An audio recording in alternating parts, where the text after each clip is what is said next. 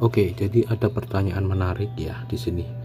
Ini mau tanya Bang, apakah kalau install aplikasi file manager Nautilus dan Nemo, Chrome OS-nya udah pakai Ubuntu apa masih Debian? Terus dan apakah OBS Studio bisa diinstal via file manager itu tanpa error?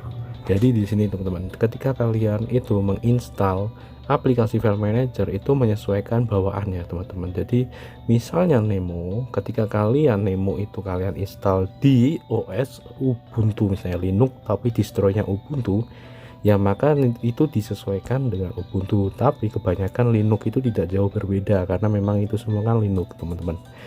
Nah, untuk Chrome OS sendiri di sini untuk lingkungan Linuxnya itu sebenarnya dia defaultnya itu adalah Debian teman-teman ya, defaultnya, walaupun itu bisa diganti juga. Nah kalau diganti biasanya akan banyak error teman-teman ya, bisa diganti gitu ya teman-teman ya, dengan berbagai macam trik, tapi memang itu tidak disarankan ya teman-teman. Kenapa? Karena memang kalau misalnya kita pakai Debian di sini itu nantinya kalau misalnya ada update dan lain sebagainya itu akan lebih banyak disupport ya teman-teman ya, jadi tidak kewalahan gitu loh teman-teman ya.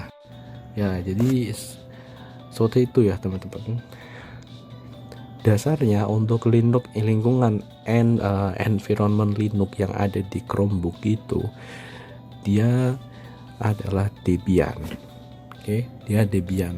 Dan kalau misalnya kalian pengen cari informasi tentang Debian itu seperti apa sih, kalian bisa langsung ke Debian aja kalian, debian.org loh ya.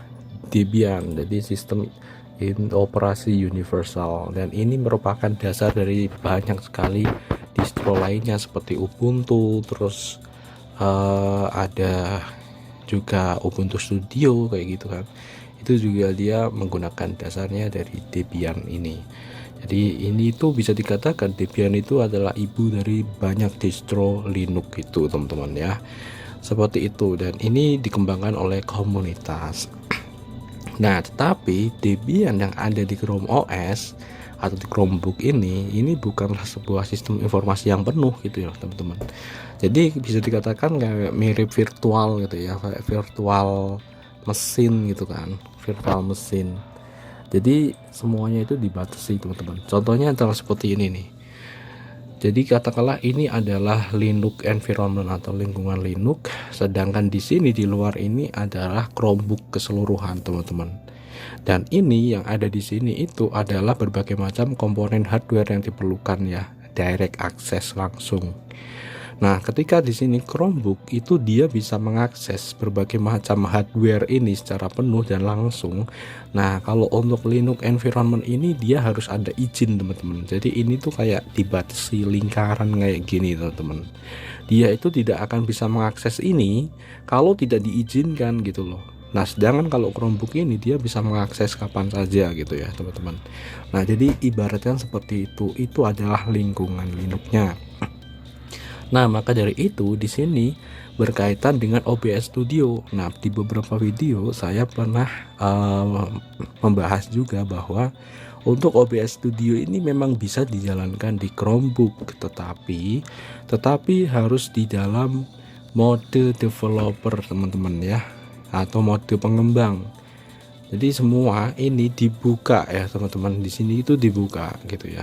Jadi untuk ininya batasannya itu dibuka sehingga OBS Studio itu dia bisa mengakses berbagai macam hardware yang diperlukan ya, seperti itu bro, kayak gitu.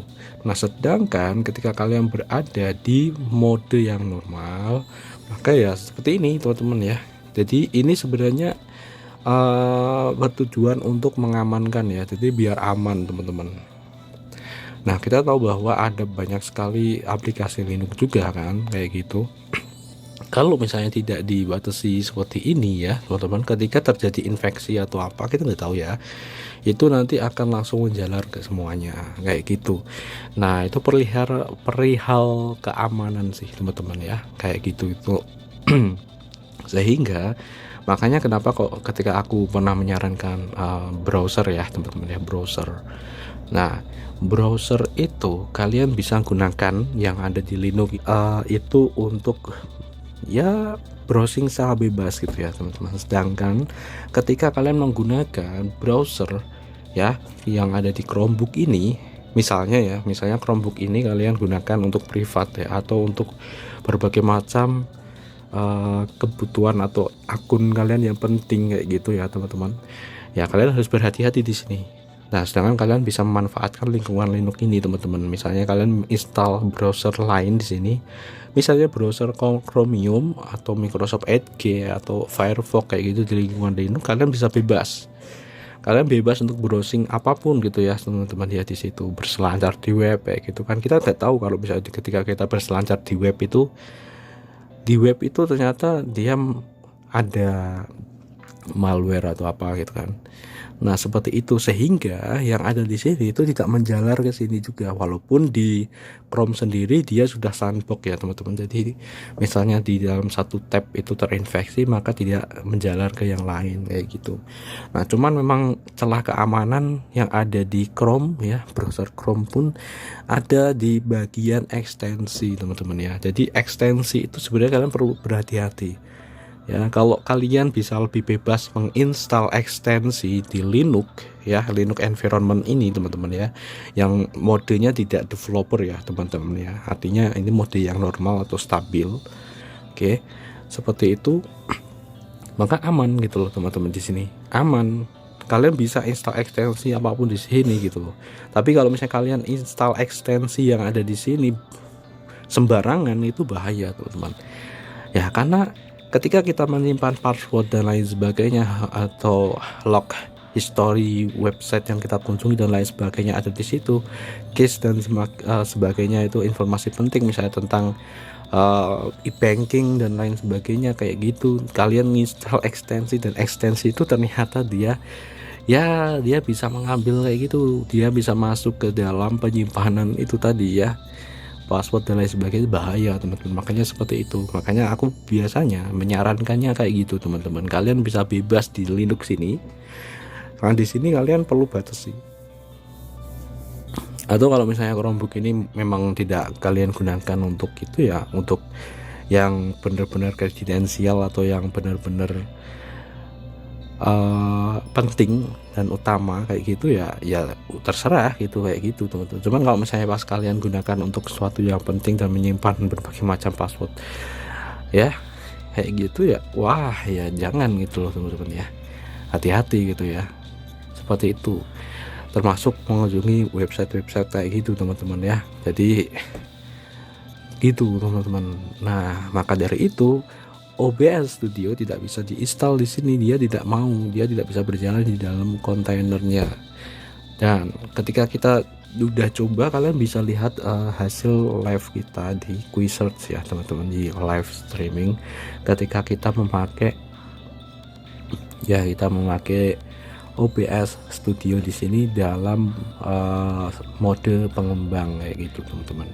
Nah jadi kira-kira seperti itu ya, itu untuk gambaran kayak gitu ya teman-teman, sehingga ketika kalian berada di mode yang normal, maka tidak bisa teman-teman ya, kalian tidak bisa menginstal OBS Studio ya, menjalankan ya teman-teman. Kalau menginstal bisa, tapi kalau menjalankannya nggak bisa kayak gitu bro, itu ya teman-teman ya. Kalau untuk Nemo dan berbagai macam aplikasi lainnya itu sudah menyesuaikan di sini. Kalau misalnya kalian pakai ini ya berarti yang diinstal ya dari repositorinya si Debian kayak gitu ya teman-teman ya. Jadi udah bukan Ubuntu lagi gitu. Ketika kalian itu memakai Ubuntu di situ ya berarti nanti memang di situ pakai yang versi Ubuntu, tetapi semua itu sama-sama Linux itu ya teman-teman ya.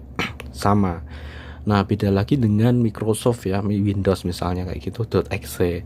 Nah itu tidak bisa teman-teman ya, itu berbeda lagi, itu udah beda, kayak beda dunia gitu loh teman-teman. Cuman sebenarnya bisa diinstal di Linux, cuman harus pakai layar ya, harus pakai semacam layar penyesuaian gitu ya teman-teman, layar penyesuaian gitu ya. Jadi kayak transcoding, decoding gitu ya, agar aplikasi-aplikasi yang ada di situ bisa diterjemahkan ke Linux kayak gitulah ya, layar compatibility.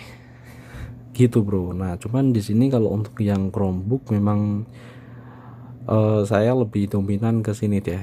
Jadi kita memanfaatkan yang memang sudah ada di sini karena memang banyak sekali, terutama untuk Chromebook sendiri dia sudah support untuk Google Play dan lain sebagainya. Itu banyak banget aplikasi produktif yang bisa kita jalankan gitu. Jadi tidak melulu ke aplikasi-aplikasi Windows gitu ya teman-teman. Gitu bro, jadi seperti itu. Semoga bermanfaat. Sampai jumpa di pembahasan selanjutnya. Bye bye.